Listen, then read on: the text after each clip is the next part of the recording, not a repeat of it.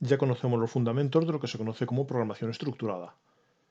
Sabemos emplear variables, sabemos comprobar condiciones, sabemos hacer zonas del programa que se repitan, hacer bucles, sabemos emplear funciones para hacer zonas del programa más modulares, menos repetitivas, pero llega el problema de que cuando los programas se hacen muy grandes, eso no es suficiente. Tendremos que descomponer en fragmentos, hay varias formas de descomponer. Vamos a hablar de la más habitual hoy en día, que son las clases. Entonces, este va a ser nuestro primer tema de contacto con la programación orientada a objetos y le dedicaremos varias entregas a partir de aquí. En primer lugar, ¿qué es eso de la programación orientada a objetos? Se puede abreviar como POO o si es en inglés OOP de Object Oriented Programming.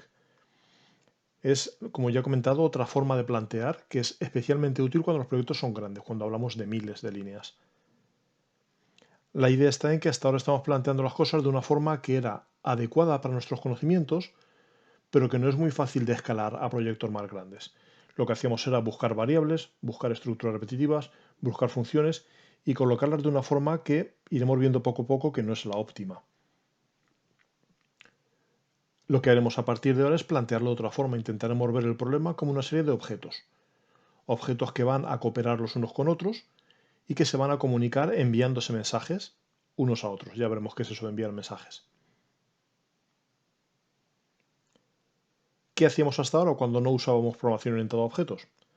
Pues básicamente, por una parte, declarábamos variables. Y por otra parte, en otro punto del programa, declarábamos funciones. Y ocurría que cosas que deberían estar muy relacionadas, como la X de un jugador y el dibujar ese jugador, estaban relativamente alejadas en nuestros programas. Mientras que otras cosas que no estaban tan relacionadas, como datos del jugador y datos del enemigo, sí que estaban unidas. Entonces vamos a empezar a separar eso. Lo que haremos ahora será tratar cada bloque de datos como lo que llamaremos una clase. Por ejemplo, pensando en ese jugador y ese enemigo que podríamos tener en un juego, podríamos pensar que tanto el jugador como el enemigo realmente son elementos gráficos, ¿vale? Lo que en inglés se suele llamar sprites. Son elementos móviles que aparecen en la pantalla. Entonces, cada uno de esos elementos móviles tendrá una serie de detalles, como por ejemplo su X y su imagen y una serie de cosas más. Pero eso lo tendrá tanto el enemigo como el personaje. Y no solo tendrán datos, no solo tendrán esa X y esa Y, además tendrán funcionalidades que serán capaces de hacer. Tendrán sus propias funciones, ¿vale? Lo que llamaremos, ahora veremos con más detalle, lo que llamaremos métodos. Como primer anticipo, esos métodos a partir de ahora van a empezar a dejar de ser static.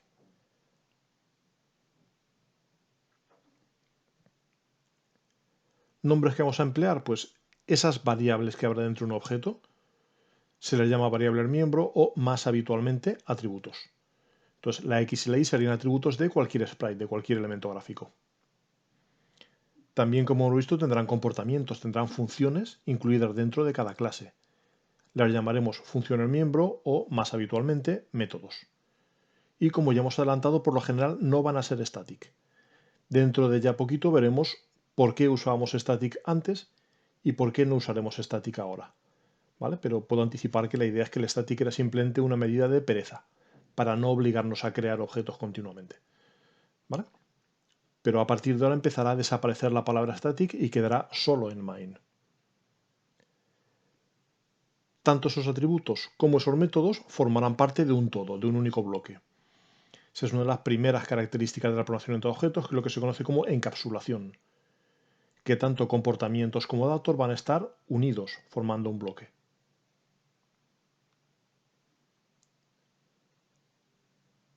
¿Qué apariencia va a ser la de las clases y cómo las vamos a usar? Pues en cuanto a apariencia van a recordar mucho los struct que ya conocemos. Pero va a haber ya de primeras un par de diferencias grandes. La primera diferencia es que nos hará falta usar la palabra new cuando vayamos a crear elementos de esa clase, a crear lo que llamaremos objetos. Y que además, como ya hemos anticipado, normalmente tendrán funciones también, no serán solo datos. Entonces, por ejemplo, para crear un objeto de la clase elemento gráfico, que fuera nuestro enemigo, pondríamos que un elemento gráfico, lo voy a llamar enemigo1, y va a ser un nuevo elemento gráfico. Abriremos, cerraremos paréntesis, y con eso estamos diciendo que queremos un objeto de la clase elemento gráfico. Como pertenece a la clase elemento gráfico que tenía una X y una Y, nosotros podremos cambiar el valor de su x y cambiar el valor de su y.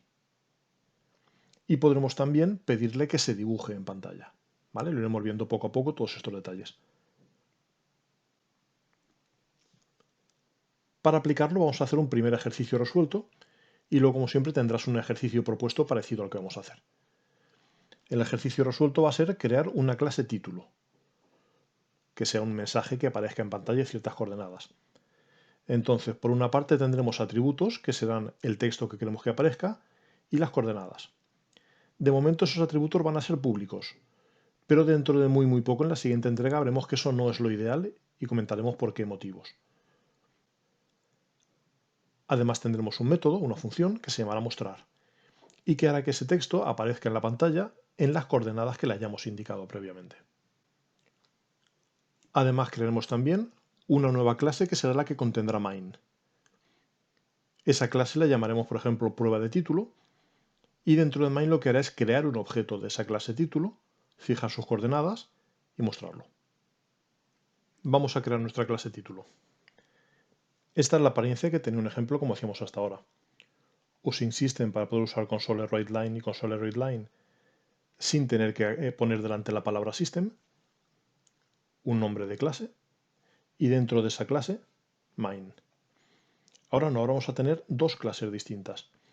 En esta entrega todavía va a ser las dos clases dentro del mismo fuente, pero dentro de poco empezaremos a partirlas realmente. Ahora lo que tendré es una clase título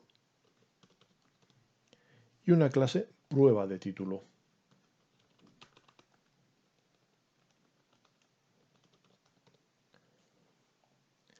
La clase prueba de título es la que contendrá main, pero la clase título no, con lo cual lo elimino de aquí. Vamos a ver cómo sería la clase título. Hemos dicho que tendría varios atributos. Por una parte tendría una X y una Y. Entonces vamos a declararlas como pública. Insisto, dentro de poco veremos alternativas. Una será X, otra será Y. Por convenio, lo que sea público, igual que los nombres de las clases, comenzará en mayúsculas. Entonces tanto X como Y por ahora las ponemos en mayúsculas. Y tendremos también una función que también será pública, que será void, que ahora ya no va a ser static, que vamos a llamar mostrar. Ese mostrar no va a recibir parámetros porque lo que va a hacer es en esas coordenadas escribir el texto, que es un detalle que nos falta. ¿Vale? Ahora ya sí tenemos para cada título la coordenada X, la coordenada Y y el texto.